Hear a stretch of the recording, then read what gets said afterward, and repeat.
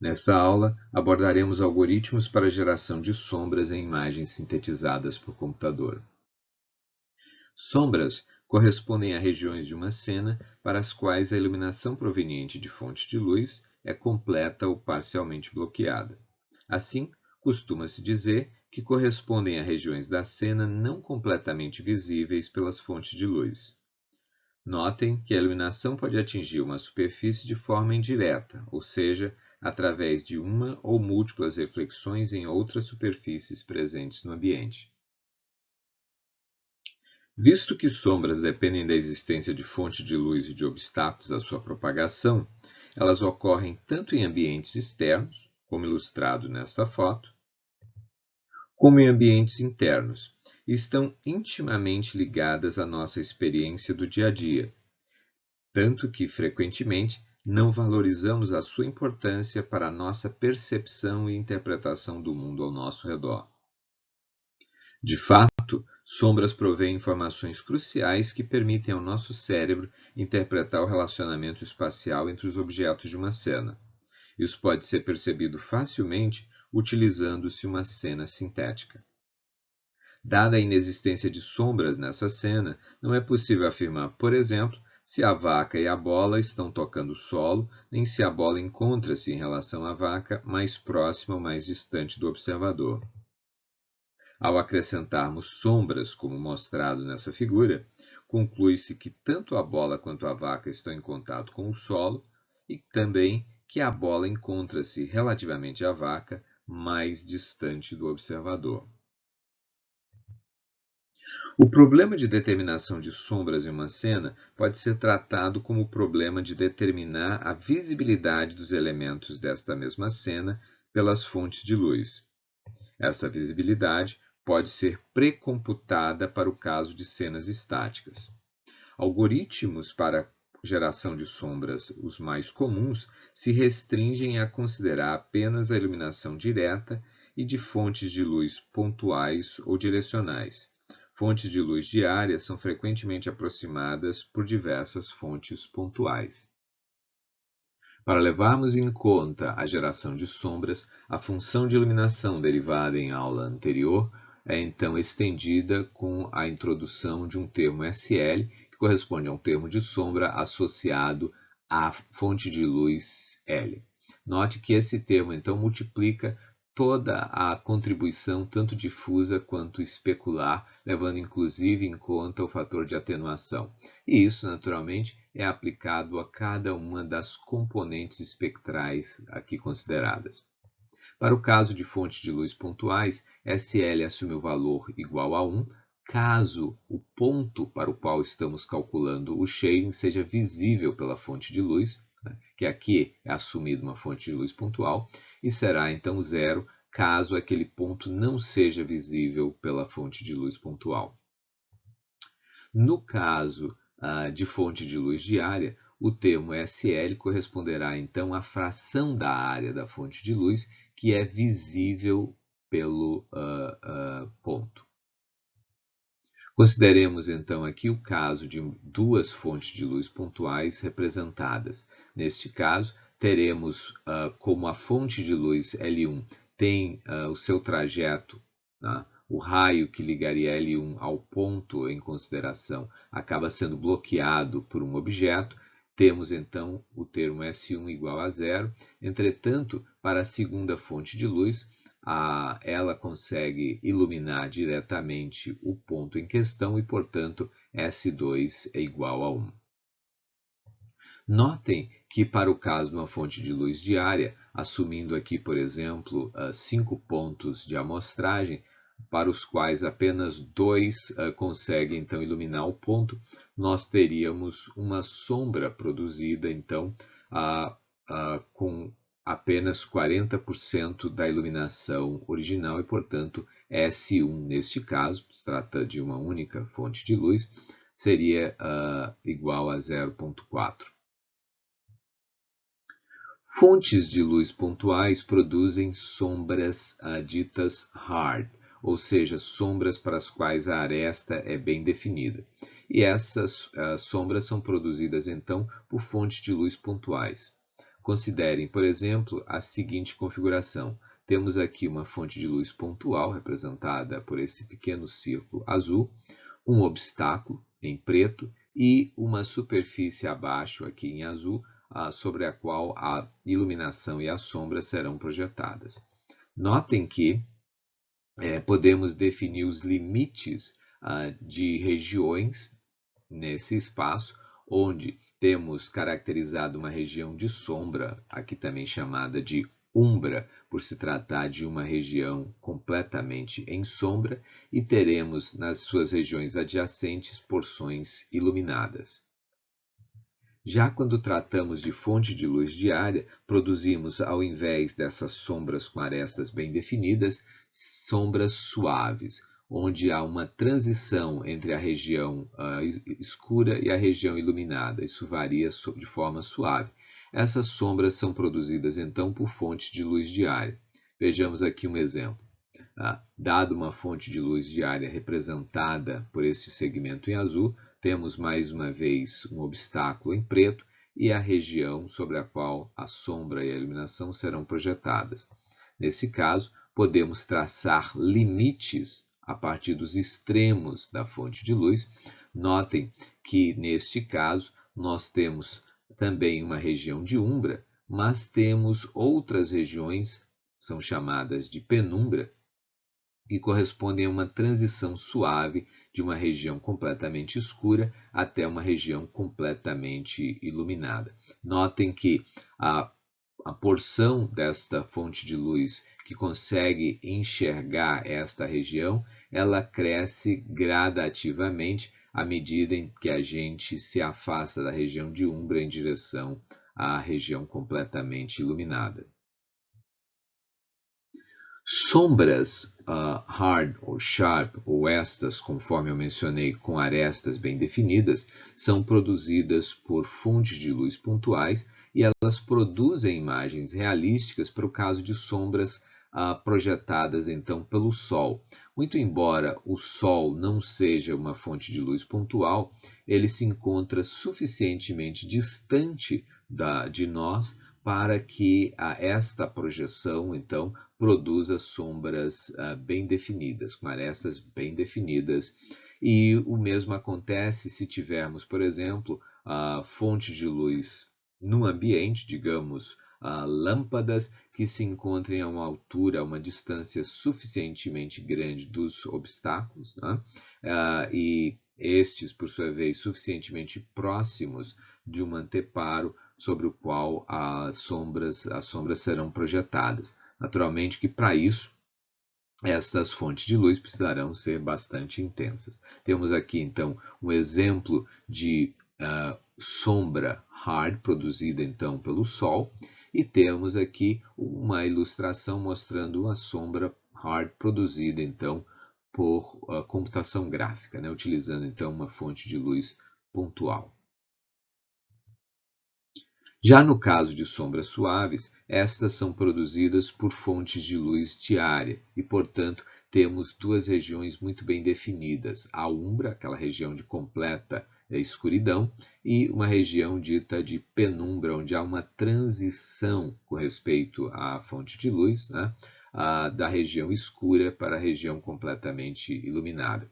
Esse é o tipo de sombra mais comumente encontrado no nosso dia a dia em função de usarmos fonte de luz diária. Então, por exemplo, quando consideramos uma iluminação residencial, nós podemos observar, por exemplo, a projeção de sombras, né, que são suaves. Notem, então, estas regiões, e mesmo aqui no caso de objetos sobre a mesa, projetando, né, dada a iluminação do ambiente.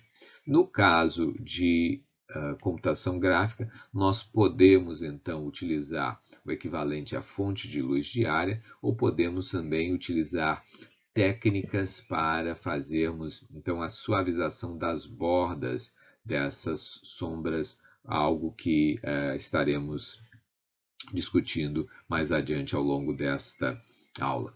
Notem que, pelo fato de nos nossos ambientes, né, os ambientes do nosso dia a dia, estarmos utilizando fontes de luz diárias, nós temos, portanto, ou frequentemente nós atribuímos às sombras suaves uma característica de maior realismo de um modo geral.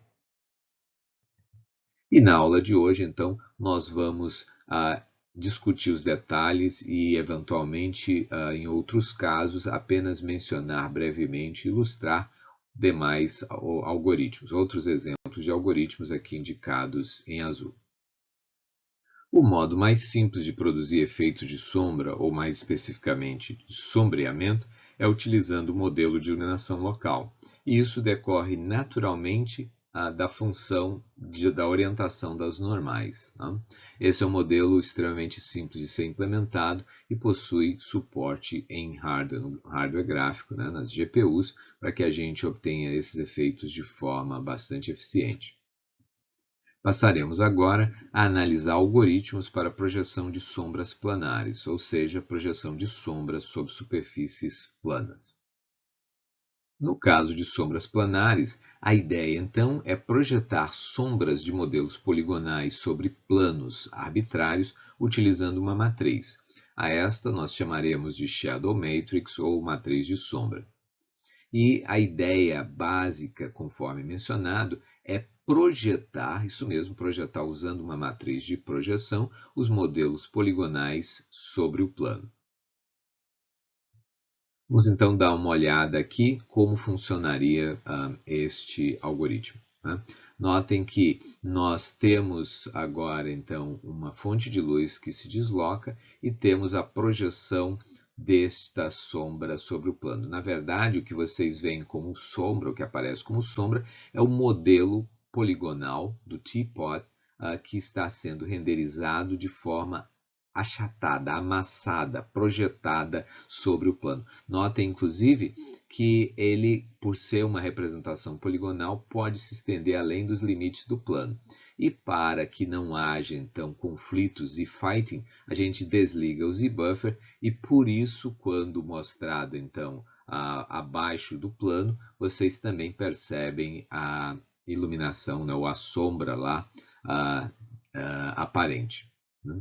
Nós podemos estar modificando a posição interativamente do modelo, da fonte de luz, etc. O que está sendo feito aqui, neste caso, é a renderização do modelo que deve projetar sombras duas vezes. Uma das vezes com uma matriz de sombras, para então obter o efeito, a representação dos polígonos sobre o plano, né, que caracteriza então o que nós percebemos como sendo a sombra, e numa segunda passada, então, a representação, a renderização do teapot como um todo, né, o original.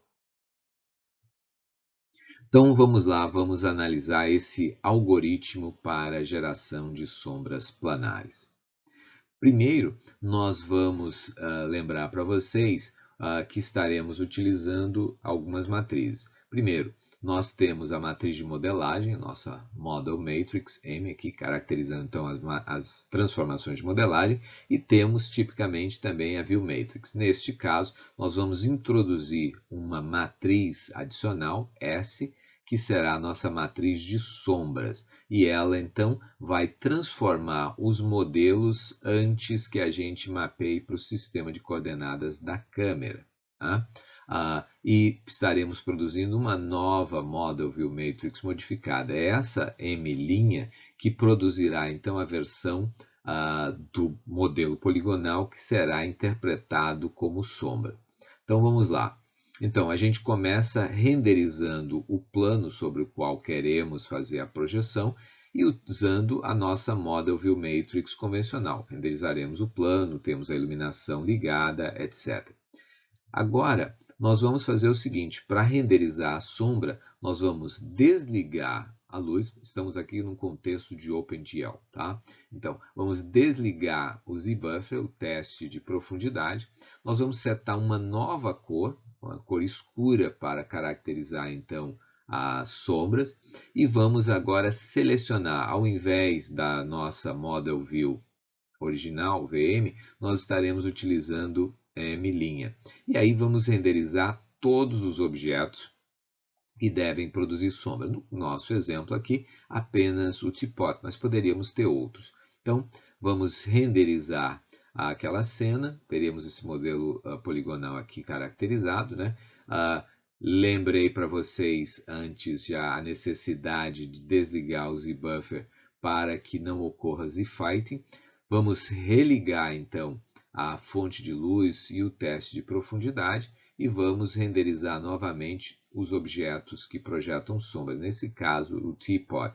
E assim então nós obtemos o resultado demonstrado no vídeo anterior e aqui também representado nessa imagem.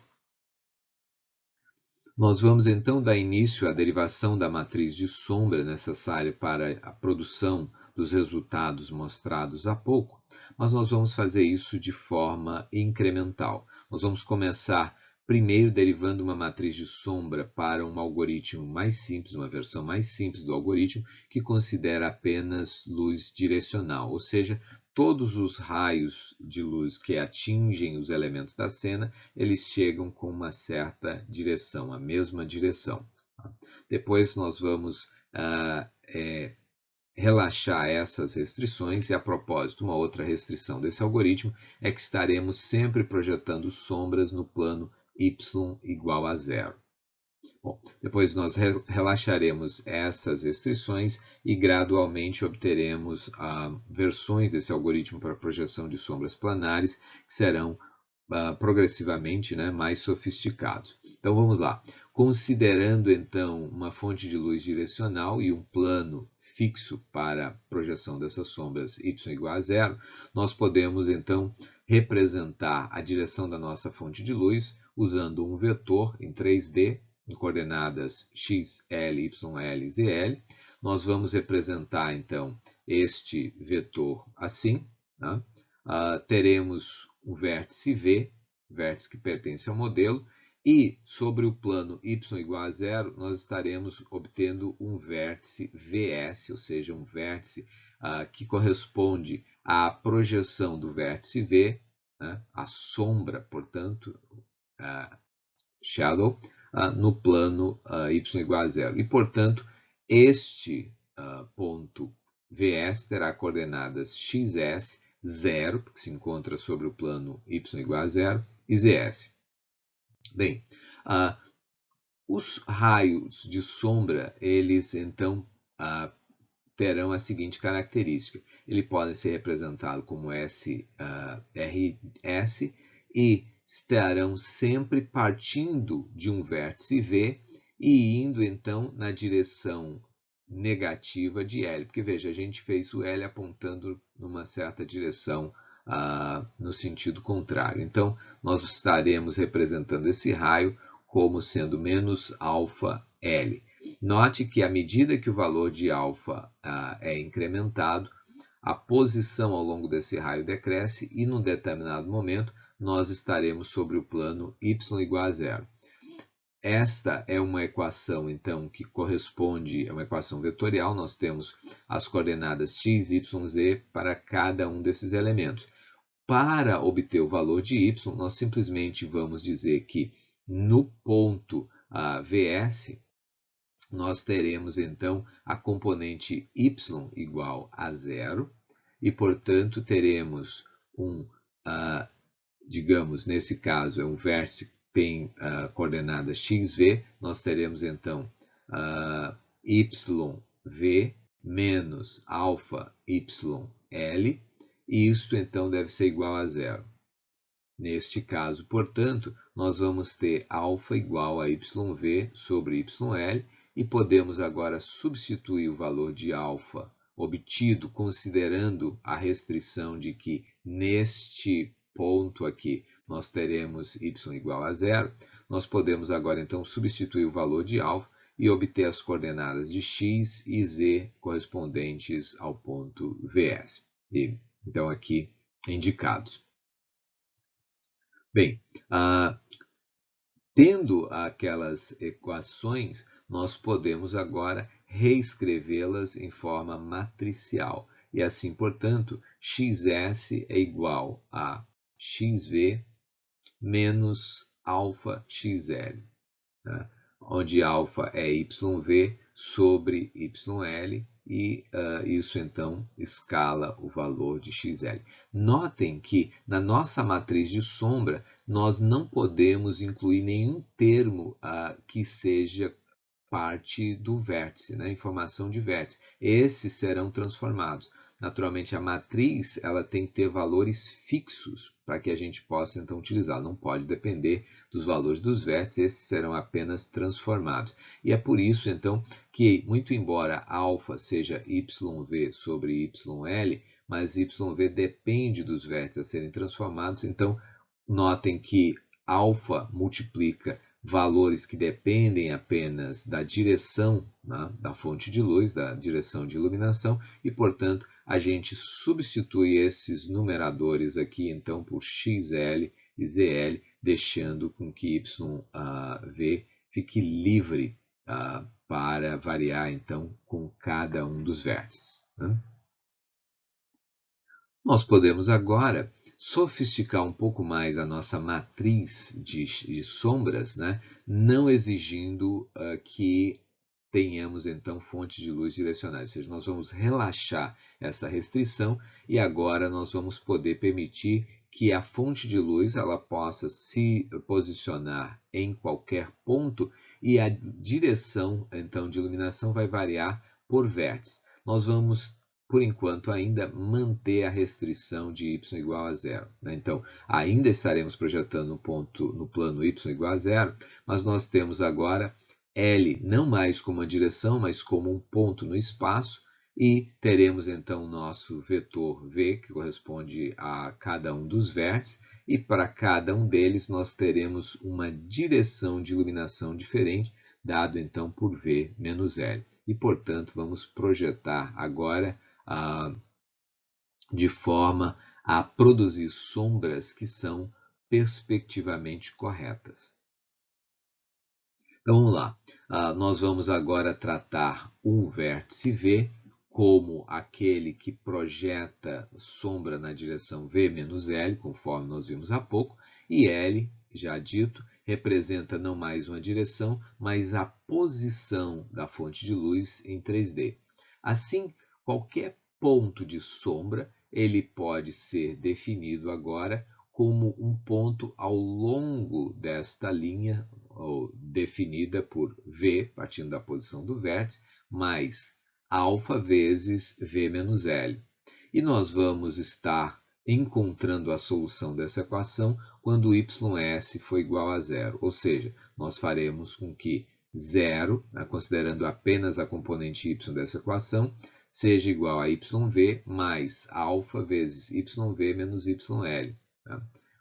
Que nos dá como resultado esta expressão para alfa. Ou, em outras palavras, vejam bem, se esse camarada aqui é zero, né, nós teremos então alfa igual, né, mudando então o sinal aqui, teríamos L menos V ao passarmos alfa para o lado esquerdo da equação, e, portanto, alfa se torna igual a componente y do vértice V dividido pela componente y de L menos a componente y de V. E temos, portanto, então, aqui as três expressões para as componentes x, y e z do vértice na sombra, né, no ponto de sombra, e podemos obter agora uma matriz, representar essa expressão em forma matricial. Notem que, como nós temos um denominador, nós temos agora uma componente W, um denominador diferente de 1, né? Então, nós precisamos, então, dessa componente W para fazer a divisão. Uma observação importante é que, caso a altura da fonte de luz seja mais próxima do plano que a altura do vértice, a componente y do vértice, nota que a sombra ela seria projetada de uma maneira imprópria, né? Isso estaria causando o que nós chamamos de anti-sombras. E nesse caso, isso decorre que, visto que a componente W é YL menos YV, nós teríamos valores de W negativos e, portanto, isso será interpretado como um ponto, assumindo aqui que nós estamos também, né, utilizando o sistema mão direita, que estaria atrás do observador e, portanto, estas situações, esses vértices, eles vão ser, então, removidos naturalmente pelos processos de culling e clipping já discutidos em aulas anteriores. Então, não causariam problemas para a gente. Podemos agora derivar uma matriz de sombra para o caso geral, onde relaxamos também a restrição anterior, em que o plano sobre o qual as sombras eram projetadas correspondia ao plano y igual a zero. Tá? Neste caso, nós vamos permitir, então, que a fonte de luz esteja posicionada arbitrariamente no espaço e que a direção da luz seja definida então de forma independente para cada um dos vértices e que o plano que receba essa sombra também seja um plano arbitrário. Então vamos ver aqui como fica essa configuração. Nós teríamos a fonte de luz numa posição, teremos agora um plano aqui indicado pela sua normal e na verdade por uma equação do plano, né, para que a gente possa também ter a posição e não apenas a orientação. Nós teremos um vértice, cada um deles naturalmente, e estaremos então projetando a sombra daquele vértice ao longo de um raio definido pela combinação linear entre os pontos V e L. Ou seja, se tivermos a combinação linear αV mais βL, nós teremos definido aí todos os pontos ao longo do raio da reta que passa por V e por L. Então, vamos ver então como nós podemos derivar esta nova matriz para o caso geral. Nós vamos iniciar representando então V e L, ou seja, a posição do vértice e a posição da fonte de luz, como vetores expressos em coordenadas homogêneas. São pontos representados em coordenadas homogêneas e nós vamos usar uma representação na forma de vetores linha. E isso para que a gente possa, então, em breve, estar aplicando produtos escalares, dot products, né? Trataremos V e L como vetores linha e trataremos a representação do plano como um vetor coluna. Bom, então, dado que um ponto ao longo da reta que passa por V e L, ele pode ser representado conforme já descrito por αV mais βL, nós vamos chamar isso da nossa equação 1. Nós podemos agora dizer que a interseção entre essa reta definida por αV mais βL e o plano P pode ser dada pelo seguinte equacionamento. Notem que, como qualquer ponto ao longo da reta pode ser descrito por essa expressão, se calcularmos o dot product com a equação do plano, lembra? Isso será igual a zero quando o ponto estiver exatamente sobre o plano. Então, lembrem-se, esses V e L são representados em coordenadas homogêneas. Naturalmente, alfa e beta não escalam a componente homogênea, apenas as componentes x, y e z. A componente homogênea é mantida igual a 1, para que a gente tenha, então, o termo D, a equação do plano, né? P aqui, então, a x mais by mais cz mais d igual a zero. E nós podemos, então, distribuir o produto escalar, obtendo, então, a seguinte expressão. Notem que a solução para essa equação, ou seja, os valores de alfa e beta que satisfazem essa equação, eles podem ser facilmente obtidos simplesmente fazendo com que alfa seja igual a LP e fazendo com que beta seja igual a menos V.P. Então, com isso, facilmente a gente obtém uma solução para essa equação. E agora podemos substituir os valores de alfa e beta na equação 1, e ao fazermos isso, nós obtemos esta representação. Notem que L.P é um produto escalar, isso vai resultar em um número real, né, um escalar, e aqui também temos um outro escalar. Mudei a ordem do escalar que multiplica o vértice V por uma conveniência para a manipulação que nós faremos em breve. Mas notem que se estou multiplicando um escalar por um vetor, a ordem em que ele aparece, isso é irrelevante. Então, nós agora faremos uma manipulação desta equação para obtermos a nossa matriz de sombra para o caso geral. Vamos ver como fica isso. Bem, de posse dessa expressão, e lembrando que nós queremos obter uma matriz que venha multiplicar os vértices aqui representados por V, e ainda lembrando o fato de que o produto de matrizes é associativo, notem aqui temos produto entre dois vetores, mas vetores são matrizes, e aqui então vezes um outro vetor, nós podemos agora então rearranjar esses termos de tal modo que V esteja então à esquerda de todos esses elementos. E faremos isso para que nós possamos então colocar V em evidência, multiplicando então matrizes. Mas notem que aqui nós temos uma situação em que, por se tratar de um produto escalar, teríamos o único elemento, uma matriz de 1 por 1, tensor de 1 por 1. Aqui então 1 por 4, 1 por 4 e esse 4 por 4.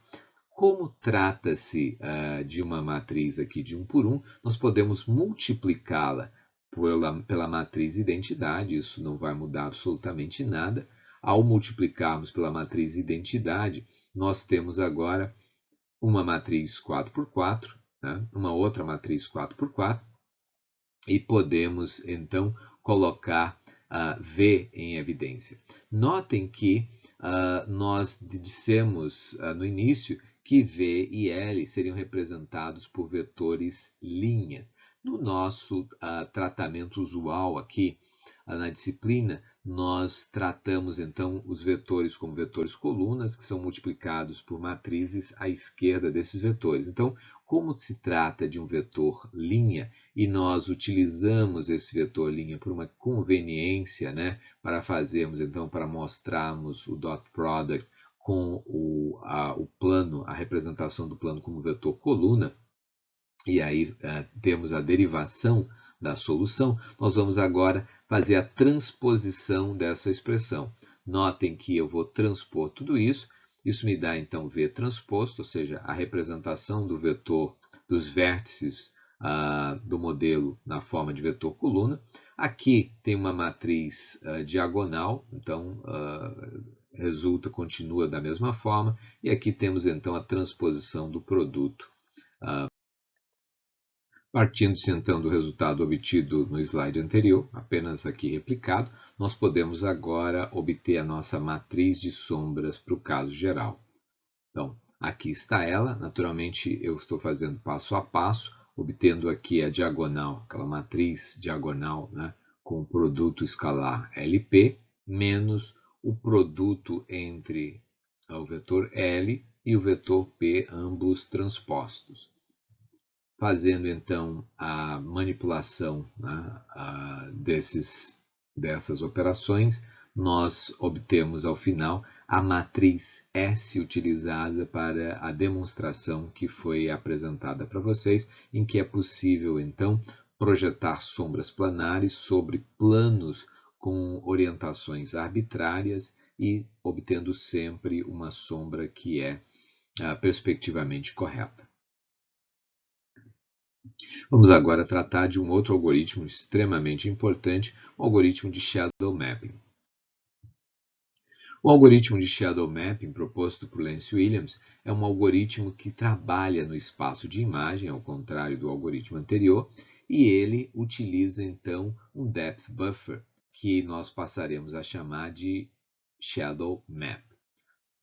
Ele então pode ser aplicado a superfícies arbitrárias. Qualquer superfície que possa ser rasterizada pode então se beneficiar desse algoritmo. Portanto, a gente pode aplicá-lo a superfícies curvas, coisa que não era possível com o algoritmo anterior.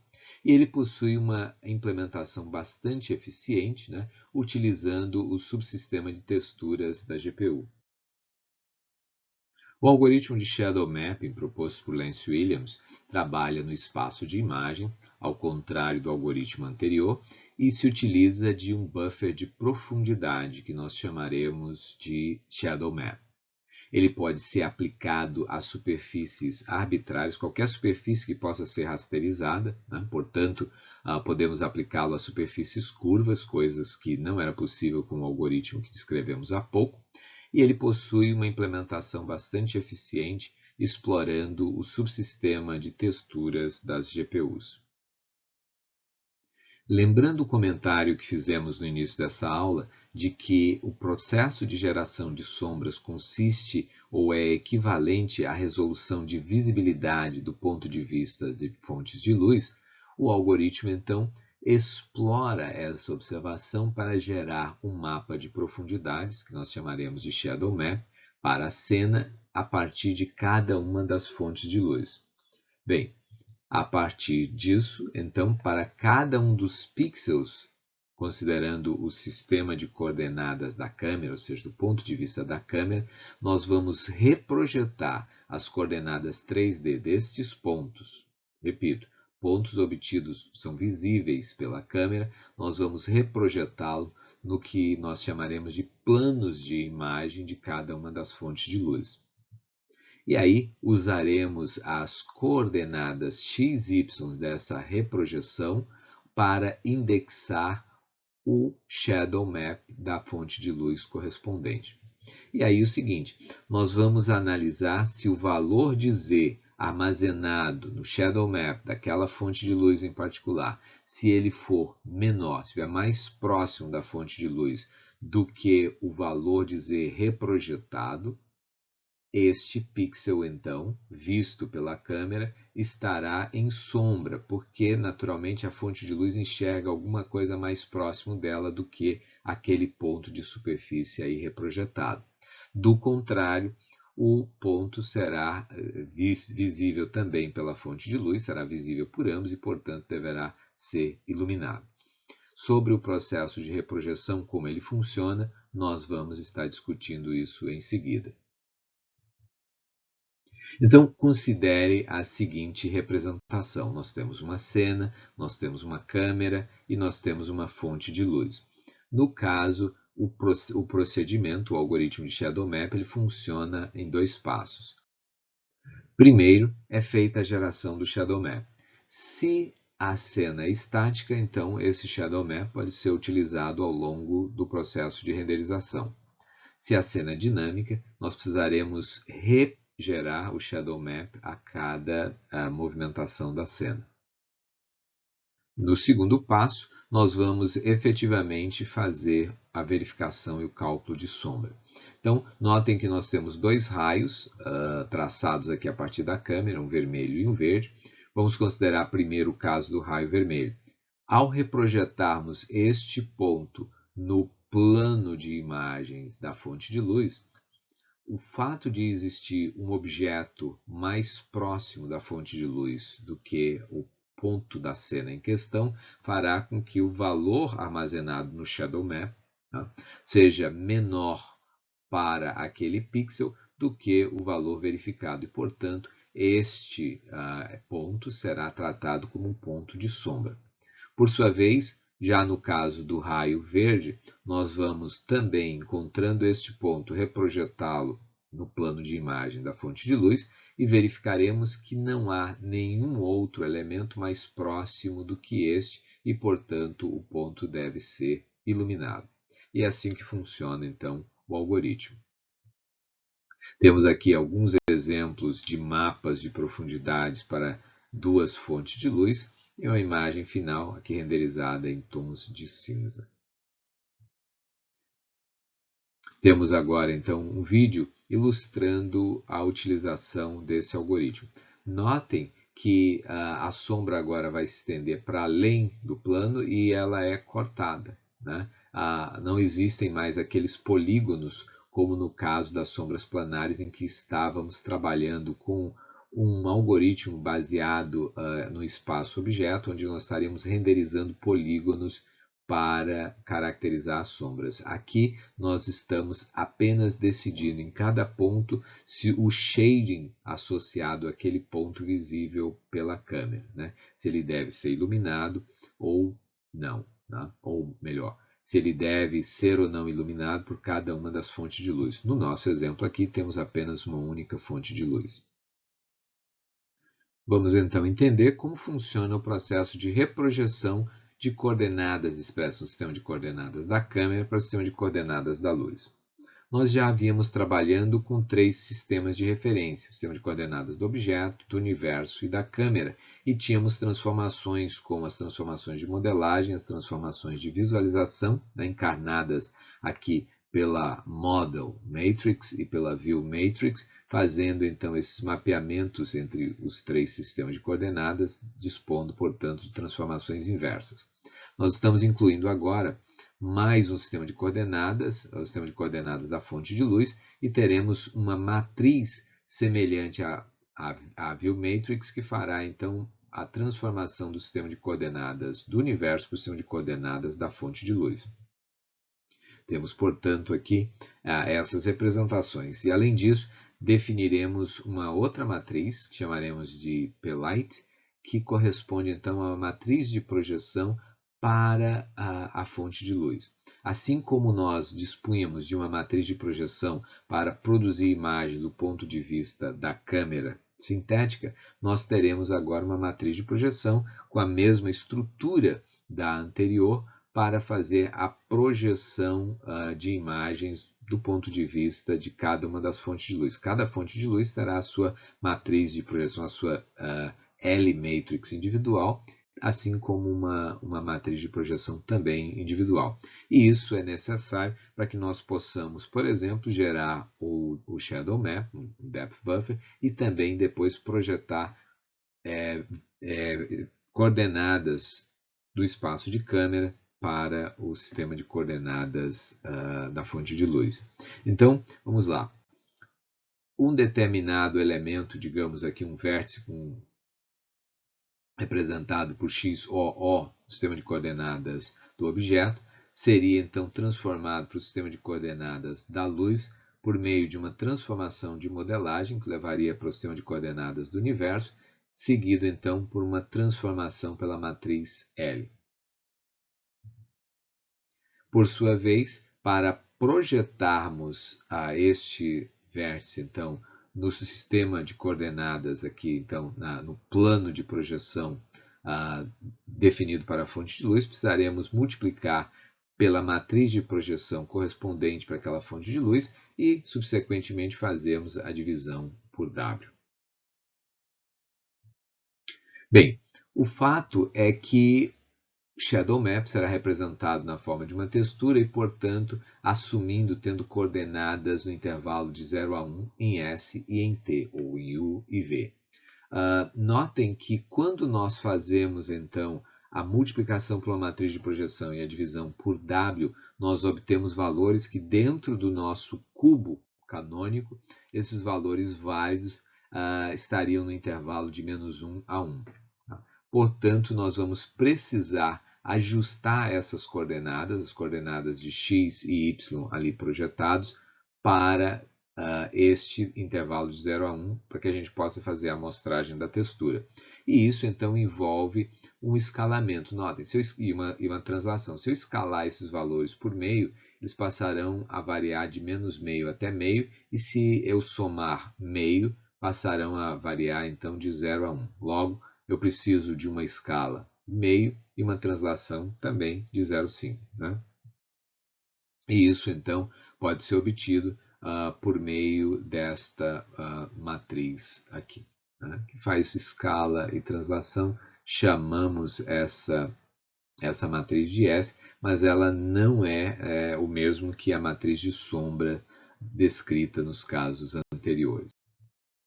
Notem que nós vamos estar acessando, então, o Shadow Map usando coordenadas entre 0 e 1, conforme já mencionado, e essa matriz S aqui, ela pode ser aplicada tanto antes quanto após a divisão perspectiva. Isso não faz diferença, vocês podem verificar esse resultado, ou seja, Antes da divisão perspectiva, eu multiplico esses valores, obtenho resultados como 0,5 xSL mais 0,5 WSL, o mesmo para Y, né? O equivalente para Y, e temos esse valor. Precisamos dividir agora por WSL, fazer a divisão por W. Isso vai implicar, então, 0,5 vezes esse ratio aqui, e, no caso, somaremos a isso apenas 0,5, porque estaremos dividindo WSL por WSL. E isso é projetivamente o mesmo, equivalente, né,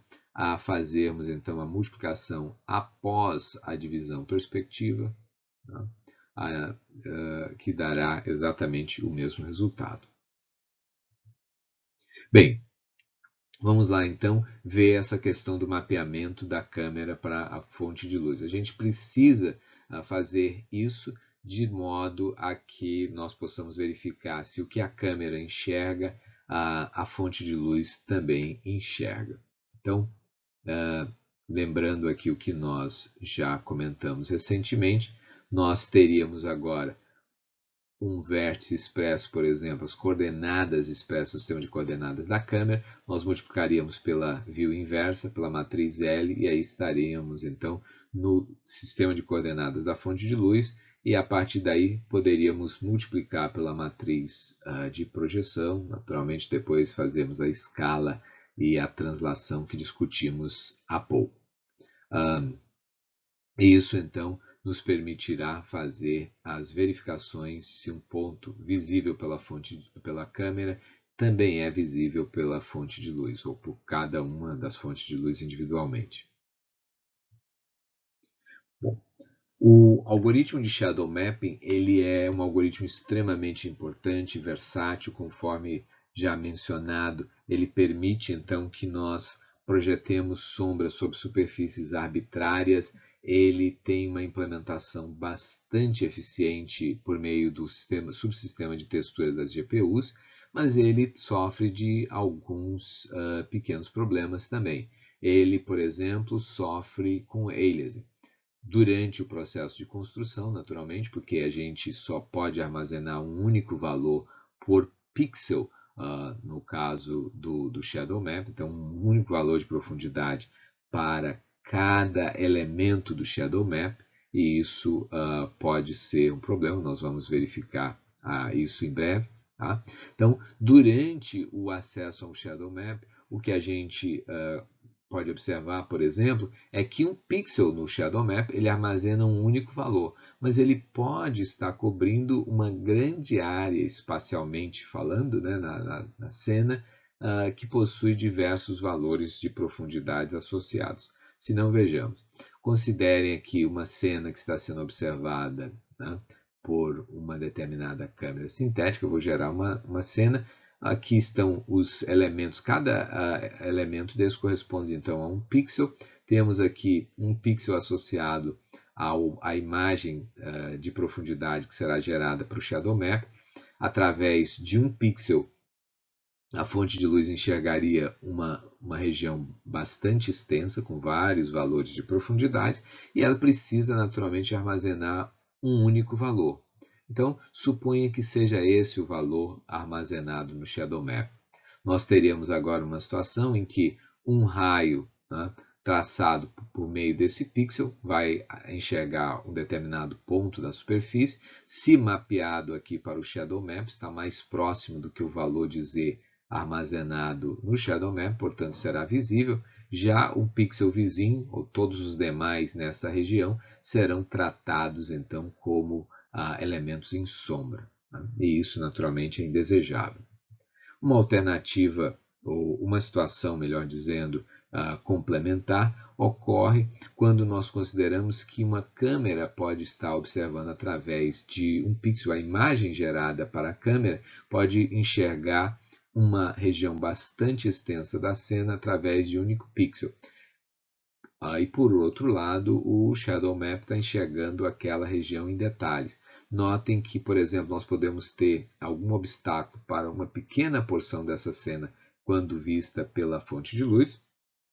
E, casualmente, se o valor de Z associado a este pixel em particular, uma vez reprojetado no sistema de coordenadas da fonte de luz, coincidir com aquele obstáculo, ele vai ser tratado como elemento escuro, muito embora todos os demais elementos da cena neste plano aqui, neste polígono, seriam tratados então como visíveis, né? E se a gente modificar apenas levemente a posição, a orientação da câmera, nós poderíamos ter uma situação agora em que, através daquele mesmo pixel, por uma pequena alteração de posição e orientação, ele venha a se tornar iluminado.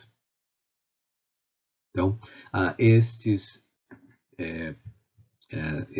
essa discussão caracteriza uma das limitações do algoritmo de Shadow Mapping, que é a sua susceptibilidade a aliasing. Notem que foram propostas inúmeras extensões para o algoritmo que buscam minimizar estas limitações. Mas nós não entraremos em detalhes nesta aula. Uma outra manifestação de aliasing associada a Shadow Mapping pode ser observada quando a gente considera as arestas de uma sombra. A princípio, o processo de Shadow Mapping, o algoritmo de Shadow Mapping, produz sombras hard, porque é um teste binário, né? Para cada elemento, para cada fragmento testado, ele vai dizer se encontra-se em sombra ou não, e isso resulta, por exemplo, num contorno serrilhado como aqui mostrado. De modo a minimizar a ocorrência e o impacto desses artefatos e também permitir a produção de sombras suaves, Reeves propôs uma técnica conhecida pelo nome de Percentage Closure Filtering, ou PCF, que permite então fazer suavização dessas regiões. E a ideia é bastante direta e simples. Ao invés de fazer o teste de sombra contra um único pixel do Shadow Map, nós vamos agora testá-lo contra uma região no Shadow Map. Então, por exemplo, aqui considere o caso em que essa região inclui um grupo de 3x3 pixels do Shadow Map, né? Uma região de 9 pixels. Assim, considere para esse exemplo os seguintes valores armazenados no Shadow Map. Notem que nós possuímos aqui ou observamos alguns valores bem próximos da fonte de luz e outros mais distantes. Quando realizada a reprojeção das coordenadas para o plano de imagem da fonte de luz, observa-se como resultado desses testes binários realizados individualmente para cada um dos 9 elementos, que 6 dos 9 testes resultaram então em uma situação que mostra que o conteúdo do Shadow Map é mais próximo do que o elemento então sendo testado.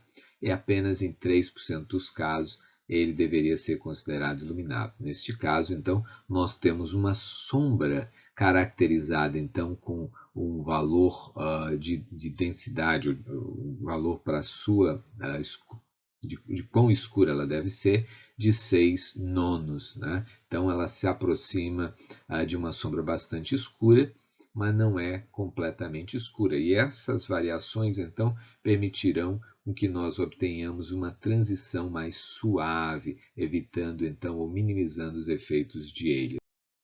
Aqui, então, nós observamos o resultado da aplicação de PCF utilizando kernels com áreas progressivamente maiores.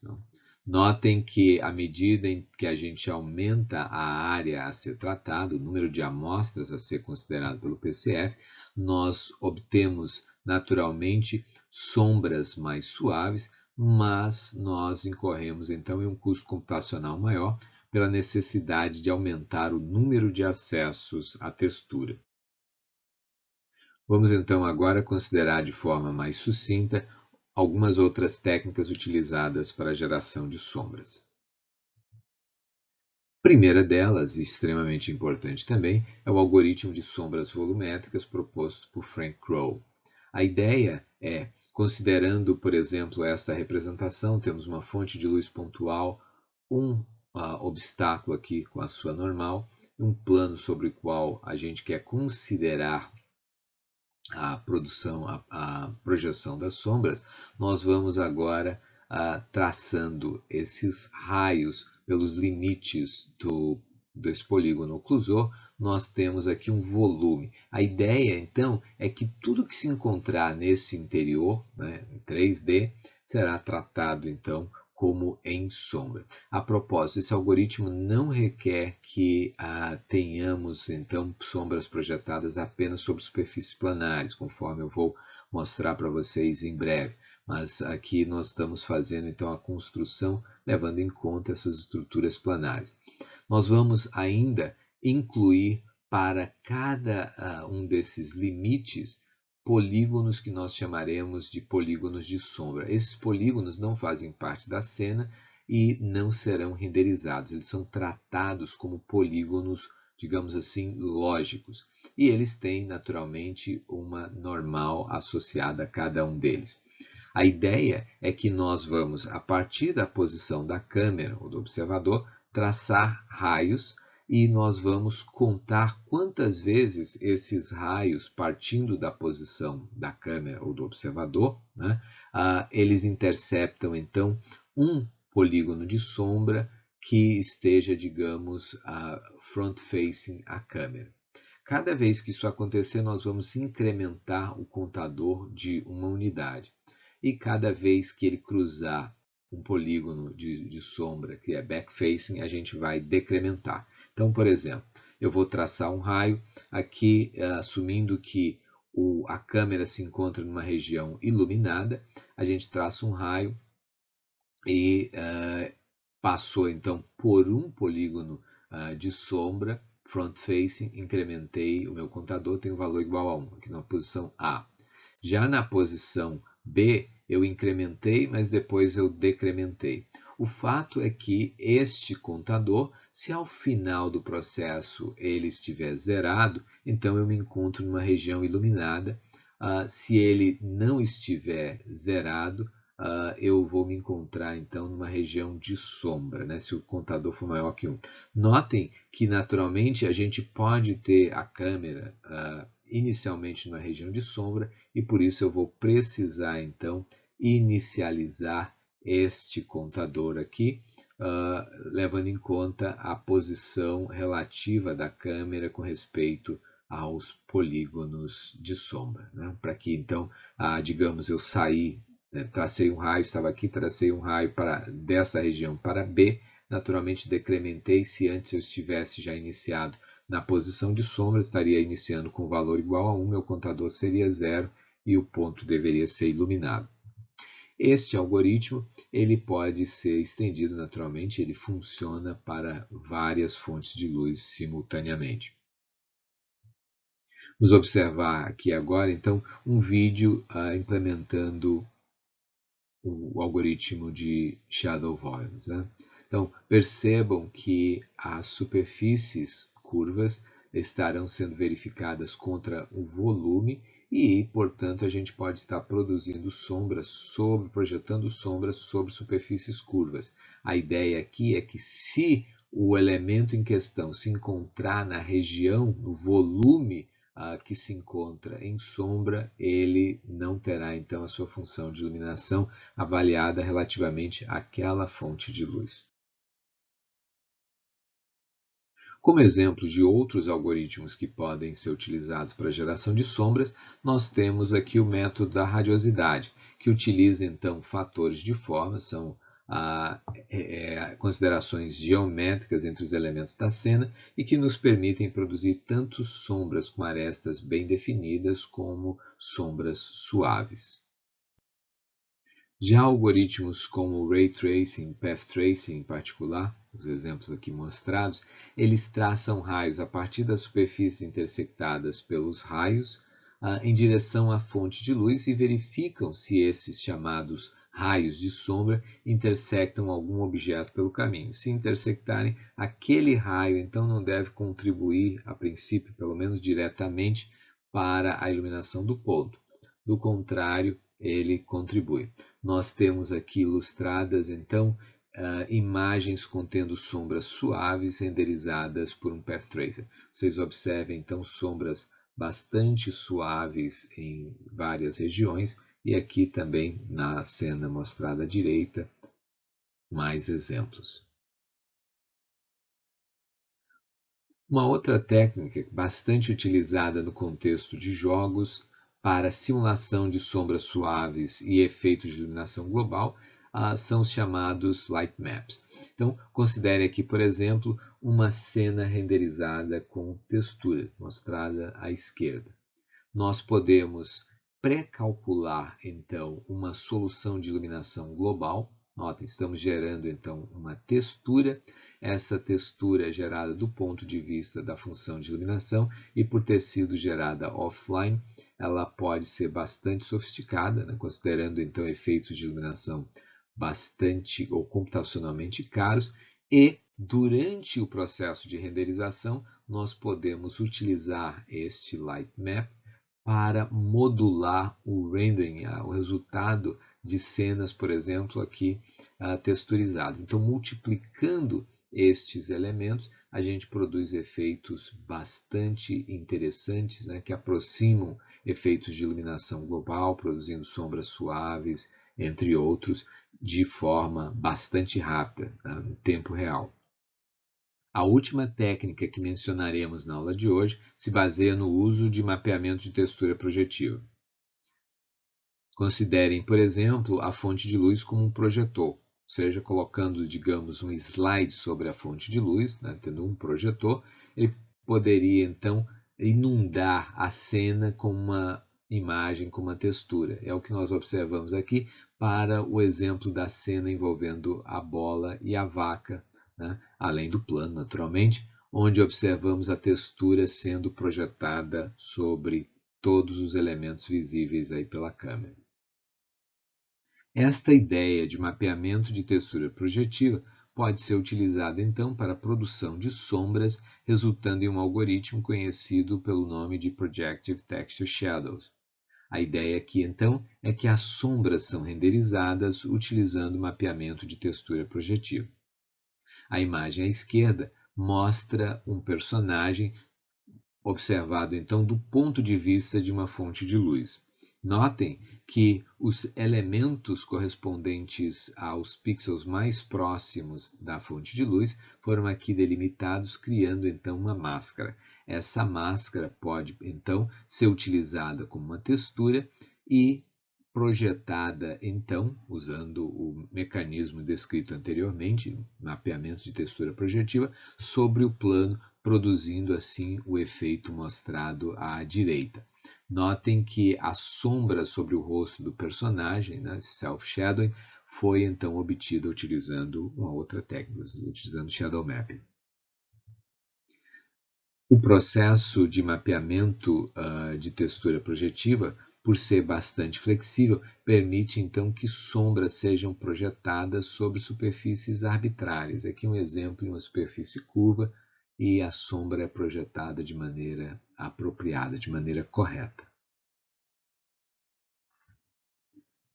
Em resumo, nessa aula abordamos diversos algoritmos para a geração de sombras em imagens sintéticas.